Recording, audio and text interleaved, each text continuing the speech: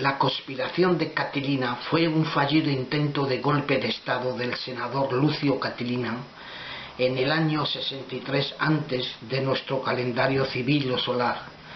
Catilina nace más o menos un siglo antes de esta era.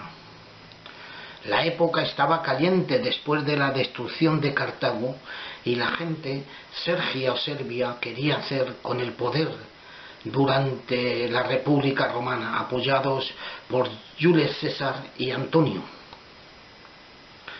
A esta época, 66 años antes de nuestra era civil, es un azar, pero el imperio alemán nacionalsocialista con la llegada de Adolfo Hitler a dominar Europa, azar o no, pero se sitúa en el menos 66 del año 2000 o 1933 de esta era. En cuanto a la República de Escipión, Catón, Brutus, Casius, etc., llevaba ya instalada desde la Primera Guerra Púnica, cuando caen los serbios targinos, Hostilus y todo descendiente de la ciudad de troyanos, cuales tenían el punto de mira para atacar un día Italia y hacerse así la Colombia británica o Gran Bretaña prerromana. Cuando los romanos llegaron a Gran Bretaña, estaba habitada por tribus con vínculos con la Galia, pero no se llamaban celtas, y no está claro cómo se extendieron las lenguas celtas por Gran Bretaña. La emigración celta desde el continente es cada vez más cuestionada. Ya antes que ellos, en Gran Bretaña hubo culturas megalíticas que, entre otras cosas, construyeron impresionantes monumentos de piedra, pero se sabe sobre el periodo de la Gran Bretaña prerromana en Gran Bretaña. Solo unos pocos comerciantes se habrían atrevido a cruzar el Canal de la Mancha desde la Galia a Gran Bretaña. Servio Tulio fue el primer dictador o primer rey de Roma al apogeo del año 500 antes de esta era gregoriana. Antes de este dictador Servius o Sergius, las fuentes de este periodo romano son extremadamente pobres o prácticamente no existen relatos históricos confiables sobre primeros reyes o emperadores del primer imperio romano. A lo largo de los siglos y según fuentes inspirando confianza en el día de hoy, la información de los primeros gobernantes fue enriquecida por autores romanos con varias leyendas milagrosas de Tito Livio o Tácito, para demostrar así la fuerza e importancia iniciales de Roma. Según estos datos seguros, provocaron el descontento entre el imperio romano, de modo la ciudad de Roma estaba gobernada por reyes en los primeros días. Napoleón, de esta manera, no es si por casualidad o copiado tardivamente, Franz Joseph Bonaparte, único descendiente varón legítimo de Napoleón Bonaparte, sería elegido presumiblemente príncipe heredero imperial de Francia, ostentando así el título de rey de Roma. Anteriormente a la Primera Guerra Púnica, a mediados del tercer siglo antes de esta era civil, se tienen muy pocas noticias, si no son fuera por Polibio o Apiano, quienes nos relatan estas guerras contra Cartago en Túnez frente a Amílcar Barca de los Barcides, quienes fueron una familia noble africana, miembros feroces enemigos de la República Romana, como el ejemplo de Aníbal. A esta época de la conspiración de Catilina es particularmente conocida a través de los discursos de Cicerón y de la monografía histórica de Salustio. Cicerón, magistrado principal de la República Romana, salvaría al Estado libre por última vez en la historia de Roma al reprimir la conspiración de Catilina. El Senado republicano romano le concedió el título de padre de los patricios. Cicerón, hombre nobis, pronunciaría un discurso de candidato en toga contra las maquinaciones de Catilina.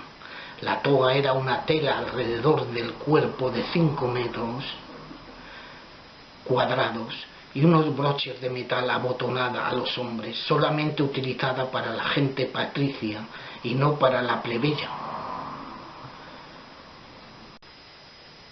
Esta versión que voy a recitar ahora proviene de las célebres paralelas vidas de Plutarco, emparejada con Demóstenes, No es momento de hacer una comparación de quién ha nacido 4 siglos antes de Plutarco. Demóstenes era un orador y hombre de estado ateniense, sin embargo Plutarco es un filósofo pensador de Delfos, comparar a sembrar por los grecos. En esta obra de Plutarco sobre Cicerón el 75% del libro se refiere a la conspiración o conjuración del Caterino, y me parece oculto este tomo por este sujeto tan complicado de un golpe de estado fallido por un político militar, me pareciendo a mí monarquista por un lado y dictador, pero de una fiebre libertaria Caterina. Yo he copiado más o menos de la obra de Plutarco todo lo que toca la conspiración, siendo de nuevo casi todo su libro haciendo referencia a este asunto, y según Plutarco escribe: en aquellos tiempos el partido político de la nobleza no mostraba menos ardor que el poder del pueblo en dirigir el consulado de las provincias romanas. El interés público se une en una ocasión donde los cambios realizados por Sila en el gobierno por los extraños le parecieron haber adquirido estabilidad y no desagradaban al pueblo.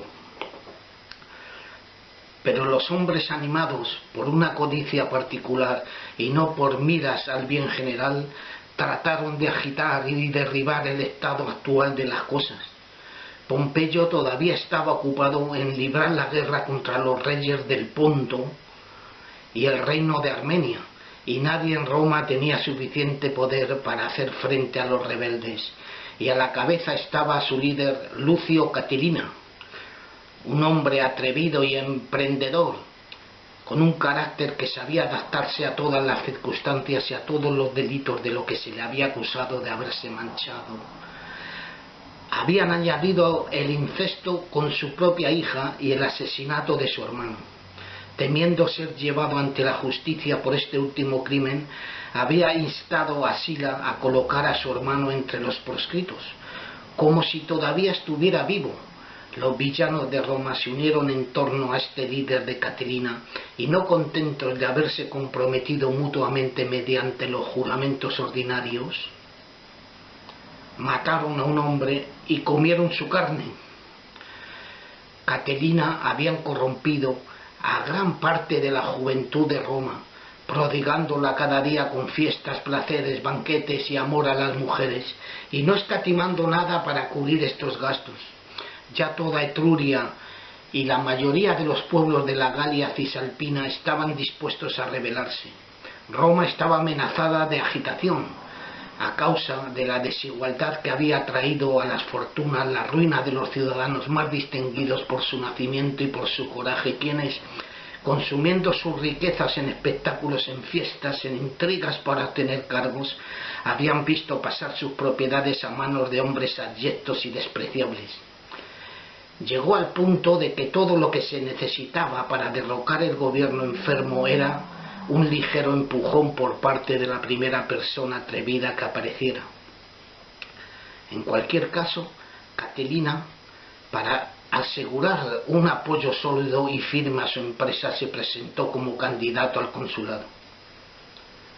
Bajo sus mayores esperanzas en el colega del que se enorgullecía de tener era Cayo Antonio, un hombre incapaz por sí mismo de ser líder de ningún partido bueno o malo, pero que convertiría en una fuente de fortaleza para un colega enérgico. Los ciudadanos honestos, previendo el peligro que amenazaba a la República, llevaron a Cicerón al consulado, casi todos en una sola voz. El pueblo los apoyó con ardor. Catilina fue rechazado y Cicerón fue nombrado cónsul junto con Antonio. De todos los candidatos, sin embargo, Cicerón fue el único nacido de un padre que era un simple caballero y no un senador. El pueblo aún desconocía los complots de Catilina. Cicerón, a su entrada en el consulado, se vio abrumado de asuntos difíciles. Era el preludio de las batallas que deberían librar más tarde. Por un lado, aquellos a quienes las leyes de Sila habían excluido de la magistratura y que formaban un partido poderoso y numeroso, se presentaron a las elecciones. En sus discursos, el pueblo, expresándose con tanta justicia como si fuera verdad contra los actos tiránicos de Sila, pero se tomaron mal su tiempo para hacer cambios en la República. Por otra parte, aquellos respondían las tribunas del pueblo, lo alteraban aún más exigiendo el establecimiento de 10 comisarios investidos de un poder absoluto sobre dueños de Italia, de Siria y de las nuevas conquistas de Pompeyo. Estos tendrían el poder de vender tierras públicas, de juzgar a quienes quisieran, de desterrar a su voluntad, de establecer colonias, de tomar dinero del tesoro público, de reunir y mantener todas las tropas que necesitarían. De modo que la ley fue apoyada por las personas más importantes de Roma, incluido el primer Antonio, colega de Cicerón, que esperaba ser uno de los decemviros, comisión compuesta por 10 hombres con poderes especiales. Se cree que Antonio conocía los designios sediciosos de Catilina, quien no se había arrepentido de verlos triunfar, cosa asustando a los buenos ciudadanos era la sobrecarga de pagares y deudas. Sin embargo, la conspiración de Catilina sorprendía en un principio por su asombro y el miedo había recobrado valor. Los conspiradores se habían reunido y se habían inspirado mutuamente para ponerse manos a la obra con mayor audacia aún, antes de que Pompeyo, de quien ya se hablaba, estaba en camino seguido por su ejército de regreso a Roma. Los que más incitaron a Catilina fueron los antiguos soldados de Sila, esparcidos por toda la Italia y dispersos entre las ciudades etruscas de la periferia de Roma. Estos hombres volvían a soñar con el secuestro y el saqueo de las riquezas que tenían ante sus ojos. Dirigidos por Manlius, general galo, uno de los oficiales que había servido con honor a Sila, se unieron a la conspiración de Catilina y fueron a Roma para apoyarlo en las elecciones porque Catilina se postuló por segunda vez para el consulado. Decidió matar a Cicerón gracias a los disturbios que siempre acompañan a las elecciones. Terremotos, relámpagos, apariciones de fantasmas, dice Plutarco, parecían ser avisos del cielo sobre las conspiraciones que se estaban tramando. También recibimos de pistas reales de algunos hombres que no eran suficientes para formar a un hombre tan considerable en nobleza y poder como lo era Catilina. Por eso Cicerón, habiendo propuesto los comicios de un día para otro, convocó a Catilina ante el Senado y le interrogó sobre los rumores que circulaban. Catilina, convencido de que había más de uno en el Senado que quería una revolución, queriendo además plantar cara a los ojos de sus cómplices, respondió a Cicerón con extrema arrogancia. «¡Qué mal hago!», dijo. «Si viendo 2 cuerpos y uno de ellos, los cuales tiene la cabeza, pero es flaco y agotado, y el otro no tiene cabeza, pero es robusto y grande. Quiero poner una cabeza a este». Cicerón entendió que este enigma, uno se refería al Senado y el otro al pueblo. Su miedo no hizo más que aumentar, se puso una coraza y fue escoltado desde su casa hasta el campo de Marte por los principales ciudadanos y un gran número de jóvenes de Roma. A propósito, se abrió su túnica un poco por debajo de los hombres y dejó al descubierto su coraza, para que los presentes se dieran cuenta del peligro. Al verlo el pueblo se indignó y se reunió a su alrededor. Finalmente Catilina volvió a fracasar y los votos recayeron en 2 generales militares, quienes fueron nombrados cónsules. Poco tiempo después, habiéndose reunido los soldados de Etruria para estar preparados para la primera orden de Catilina, y estando cerca el día señalado para la ejecución del complot, 3 de los primeros y más poderosos personajes de Roma, Marco Craso, Marco Marcelo y Escipión Metelo, fueron en mitad de la noche a casa de Cicerón y le despertaron. Se trataba del portero de Craso. Había entregado a su jefe unas cartas traídas por un desconocido y dirigidas a diferentes personas. Craso solo leyó lo que llevaba a su dirección y le informaron que Catilina pronto causaría una gran matanza en Roma, por lo cual le instaban a abandonar la ciudad. No le daría tiempo de irse a los demás y ya sea temiera el peligro que amenazaba a Roma. o que quisiera aclarar las sospechas que había suscitado sus conexiones con Catelina, fue inmediatamente a buscar a Cicerón, quien después de deliberar con ellos reúne al Senado al amanecer. Entrega las cartas a aquellos quienes estaban dirigidas y los invita a leerlas en voz alta.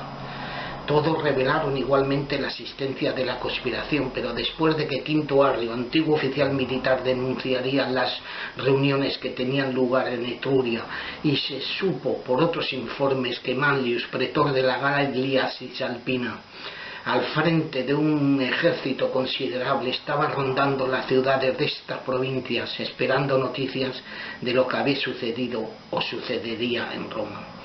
El Senado emitió un decreto por el cual puso el asunto en manos de los embajadores, ordenándoles tomar todas las medidas consideradas convenientes para el buen gobierno y la salvación de la República. Este es el camino cual el Senado rara vez se decide, y sólo cuando teme algún gran peligro. Cicerón, investido de este poder, confió los asuntos exteriores a Quinto Metelo, y él mismo se hizo cargo de los de la ciudad, aunque por lo general él solo caminó por Roma acompañado por un gran número de ciudadanos, y cuando llegó al foro la plaza estaba casi llena de la multitud que le seguía.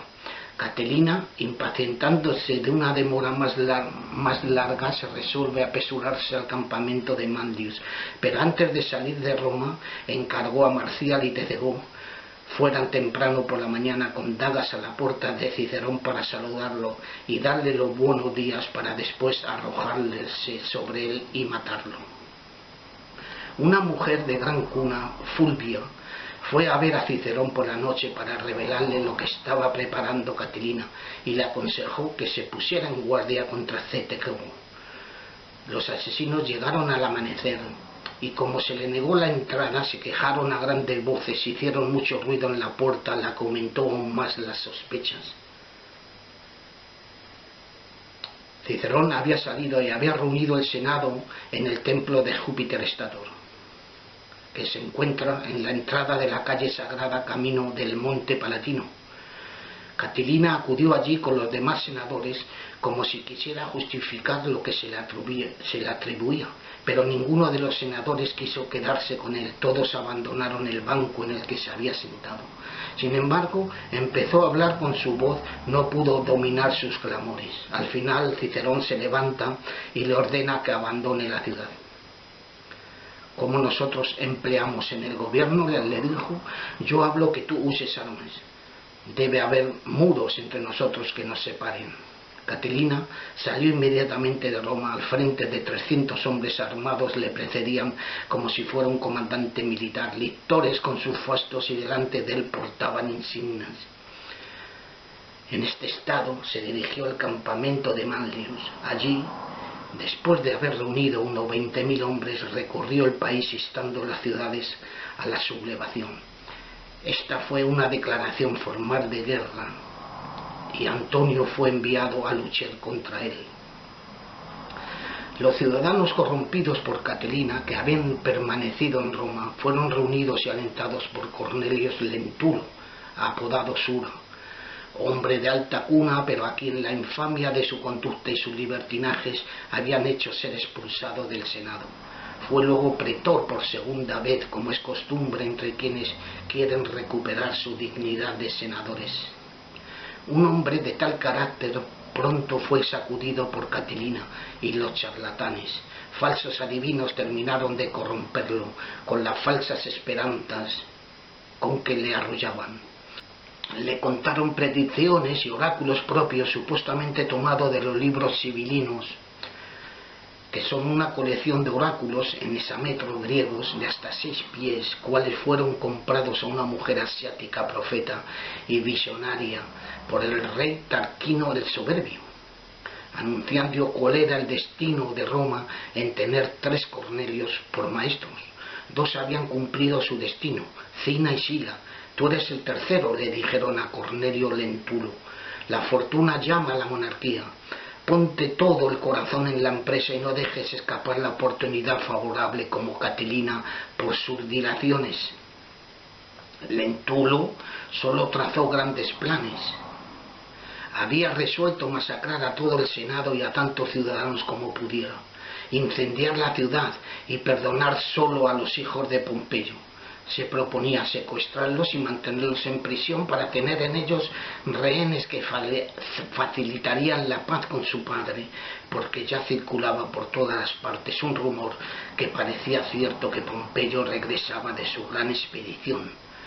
La ejecución de su complot estaba fijada para una noche de Saturnalia.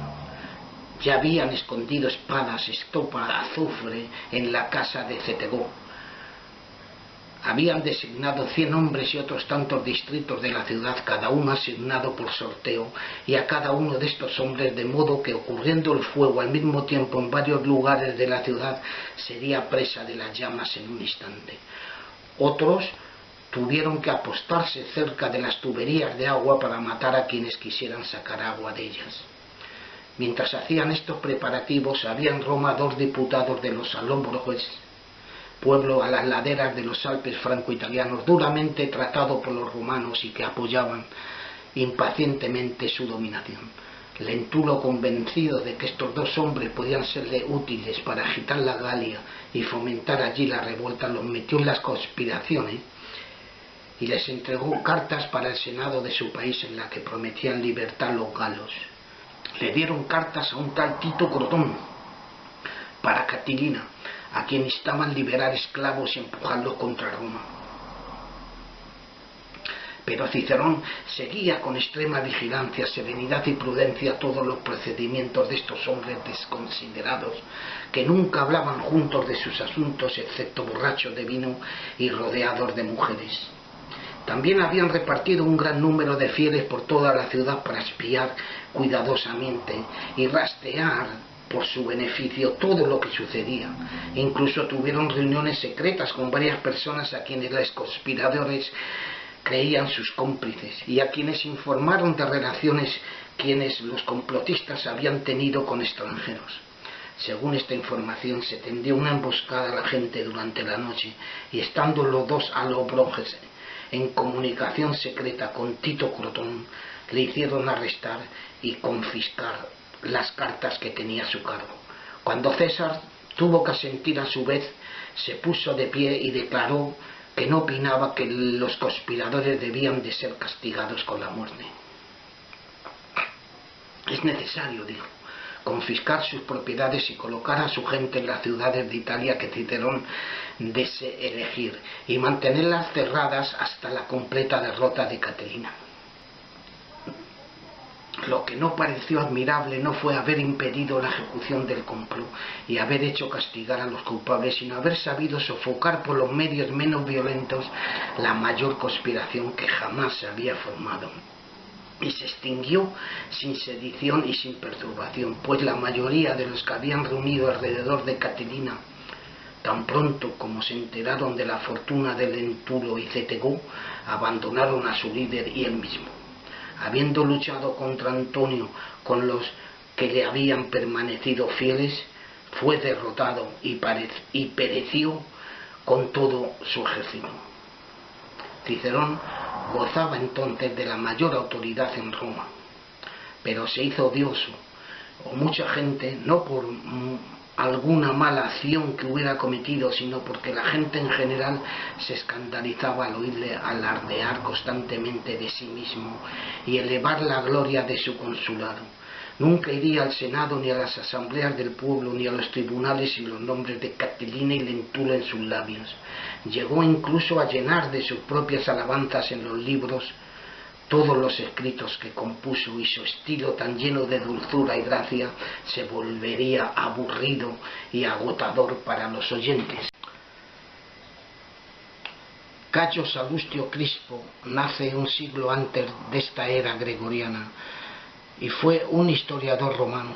Por sus obras es considerado como uno de los más importantes historiadores latinos de su época. Sobre la conspiración de Catilina es un estudio detallado de este historiador romano Salustio y contiene 61 capítulos y fue descrito medio siglo antes de esta época gregoriana. Esta versión yo voy a recitar es una traducción de un original alemán a la lengua española. Dentro de estos muros, en el corazón de la ciudad, los Catilina y sus catalinatas son enemigos públicos.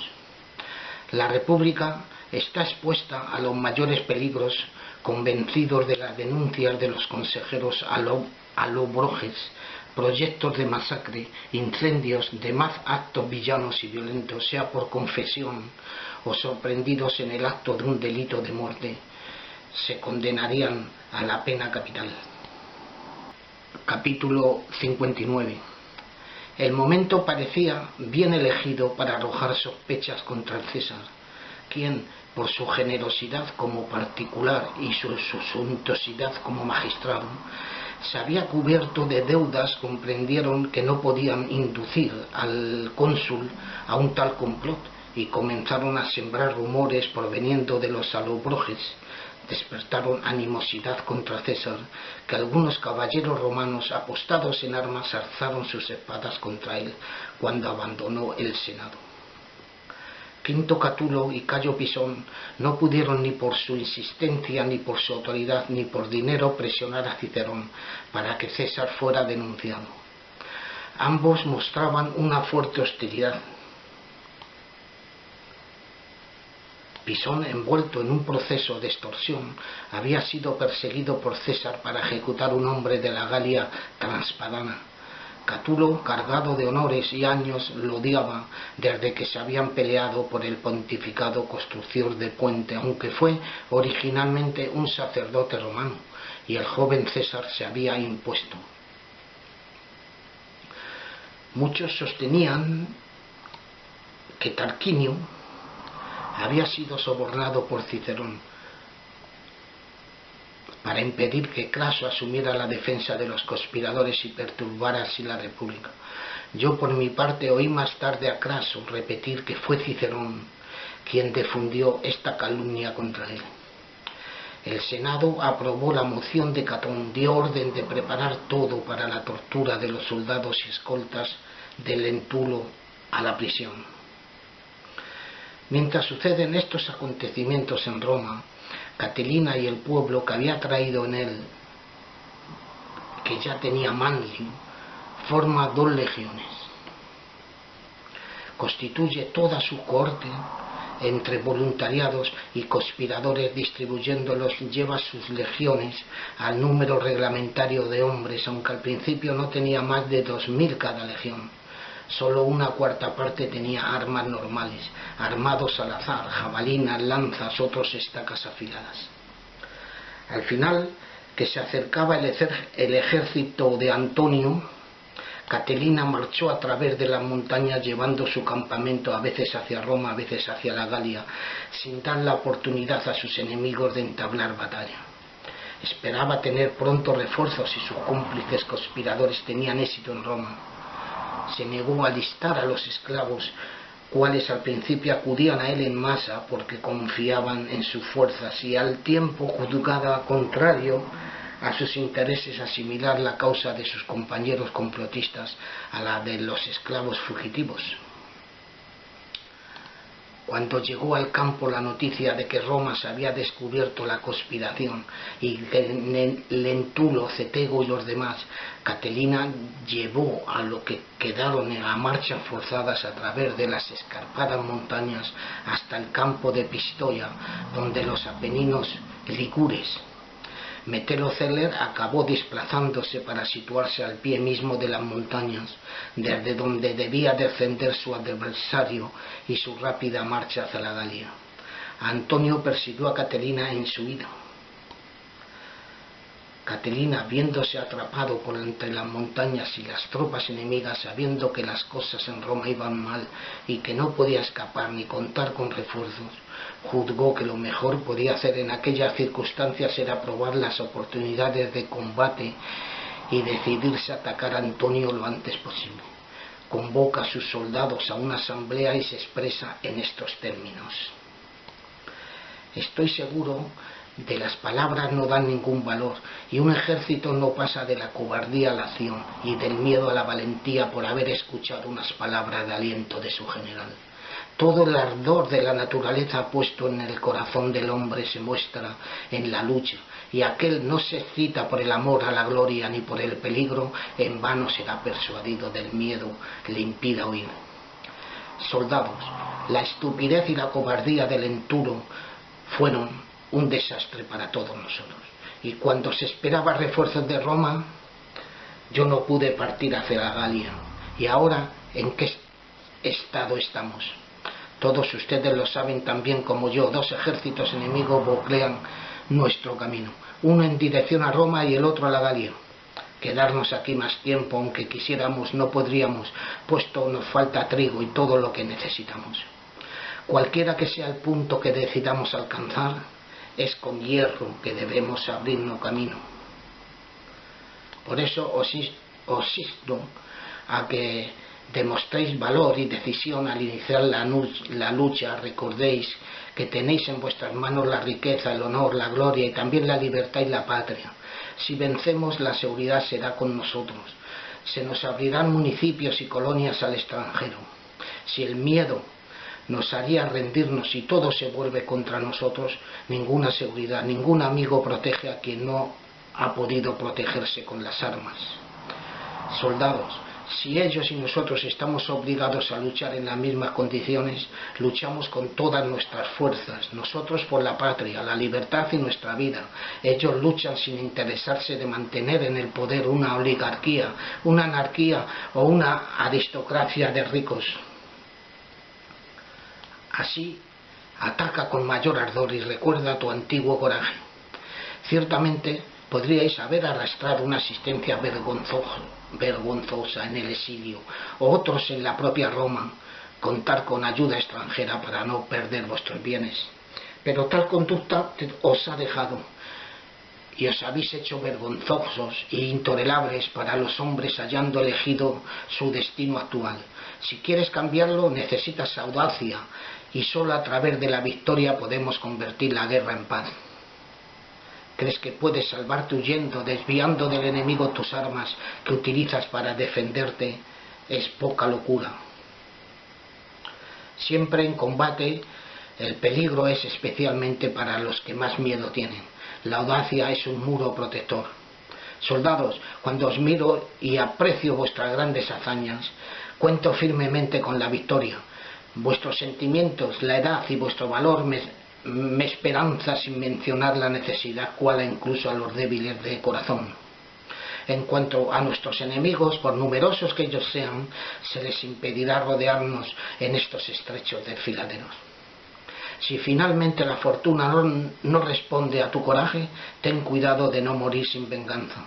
Y en lugar de dejarte capturar y masacrar como un ganado, lucha como hombre, y no dejes a tus enemigos más que una victoria sangrienta y desolada. Dicho esto, espera un momento, hace sonar la trompeta y forma sus tropas para conducirlas a la llanura. Espanta a los caballos para igualar terreno y dar ánimo a los soldados. Él mismo a pie dispone su ejército y sus fuerzas. En la llanura, limitada a la izquierda por la montaña y a la derecha por un escarpado peñón, forma un frente de una legión de 8 cortes, manteniendo a los demás en filas más apretadas. Quita a todos los centuriones de élite vueltos al servicio. Después de armar a los mejores soldados y a todos estos los coloca en primera línea. Le dio a Manliu el mando del ala derecha y a Fesuri el ala izquierda. Caterina resta junto al águila, la cual se dice había sido la de Mario en medio de su ejército contra los cimbrios germánicos de la península de Jutlandia. Frente a él estaba Antonio, cual sufriendo un ataque de gota no puede asistir al combate y entrega el mando a su lugarteniente Marco Petreio, el cual se sitúa al frente de las cohortes de veteranos cuales se habían levantado a favor de la causa del peligro afrontaba el Estado romano. Los rodea a caballo, llamando a cada soldado por su nombre y animándolo, pidiéndolo que recuerde que está luchando contra bandidos sin armas por su patria, por sus hijos, sus altares y sus hogares. Petrello era un soldado experimentado, cual durante 30 años había ejercido de tribuno militar, jefe de caballería, teniente general, cubierto de gloria en los ejércitos, y conocía a la mayoría de los soldados por sus hazañas. Recordándolos, encendió su coraje. Terminada esta revisión general, Petrello da la señal con la trompeta y ordena a las legiones a avanzar lentamente. Catelina hace lo mismo. Al llegar al punto donde podían entrar en combate con armas de tiro, los soldados lanzaron fuertes gritos y se lanzaron unos contra los otros, dejando a un lado la jabalina. Llegamos a las manos con la espada. Los veteranos recuerdan su antiguo coraje e instan fuertemente al enemigo a que resista con vigor una lucha de la máxima violencia. Sin embargo, Catelina, luchando en primera línea, acude en ayuda de los que están en mal estado, cubre los huecos de los heridos con hombres sanos, vigila todo, lucha enérgicamente, golpea a menudo a los enemigos, cumple al mismo tiempo el oficio de soldado valiente y de buen general. Petrello, al ver en contra las expectativas de Catelina, mostrando tal vigor, lanzó la cohorte pretoriana contra el centro enemigo, causando disturbios, y Marco Petrello masacró aquí y allá a los resistentes aislados, desviándole ataque hacia las bandas. Manlio y su compañero de Fesuli, luchando en primera fila, caen en el campo de batalla. Catelina observa sus tropas en fuga y, abandonando con algunos hombres, evoca el recuerdo del rango conspirativo y se precipita espada en mano hacia las filas enemigas, donde es masacrado. Cuando terminó el combate nos dimos cuenta de la energía demostrada por el ejército de Catelina. El lugar que cada soldado había ocupado durante su vida para el combate lo cubrió con su cuerpo después de su muerte. Todos habían caído con heridas en la frente. Catelina fue encontrado lejos de su gente, entre los cadáveres de sus enemigos, aún respirando y conservando en su rostro las señales de su humor feroz que había tenido durante su vida. Finalmente, en toda esta masa de hombres, ni un solo soldado fue hecho prisionero, ni durante la lucha ni en la derrota. Todos no habían perdonado su vida más que las de los enemigos. En cuanto al ejército romano, había obtenido una victoria sangrienta y triste. Los más valientes habían caído en la lucha y habían abandonado el campo de batalla gravemente heridos.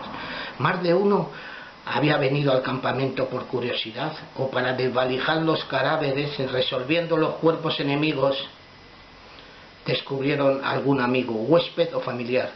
Varios reconocerían enemigos personales, y así en todo el ejército victorioso se manifestarían sentimientos de alegría, desaliento y tristeza. Fin. Roma salvada o Catelina es la tragedia en 5 actos de Voltaire, creada en la Comedia Francesa en 1752 con muy poco éxito. En 1748 había logrado en Francia transformar los elementos transmitidos por la historiografía romana y los discursos de Cicerón en la tragedia de Catelina, pero a la duquesa de Maine, María Benedicta de Borbón, no le gustaba la monstruosa farsa de este Patricio Sergio, descrita en Francia, y llama a Voltaire, quien crea una nueva versión en solamente una semana de un total de 5 tragedias, cuales compuso Francisco María Arouet, conocido más bien por Voltaire. Hubo primeras representaciones privadas en París en 1750, ante los amigos y colegas reunidos Diderot, Marmontel, Hénault, François de Raynal y Fouché de Buisson. La primera representación pública en la Comedia Francesa tuvo lugar en febrero de 1752, y después de esta extorsión, la duquesa de Borbón queda desagradecida e informa a Voltaire de trasladarse a Berlín a la mañana siguiente para hacer una revisión de su obra. Voltaire también organizó representaciones privadas de la obra en Berlín, por ejemplo en los apartamentos de la princesa Ana María Amalia, en las que repitió el papel de Cicerón. Roma salvada o Catelina fue retirada del programa después de 12 representaciones. Las críticas fueron silenciosas y el propio Voltaire afirmó que había escrito esta obra principalmente como una pieza literaria para quienes conocían la historia. En fin, se realizarían obras en los teatros de París y Berlín en títulos falsos, aunque Voltaire no tuvo más remedio de preceder la obra de teatro con un breve prefacio explicativo en el que subrayaba especialmente las referencias históricas del sujeto y literarias también,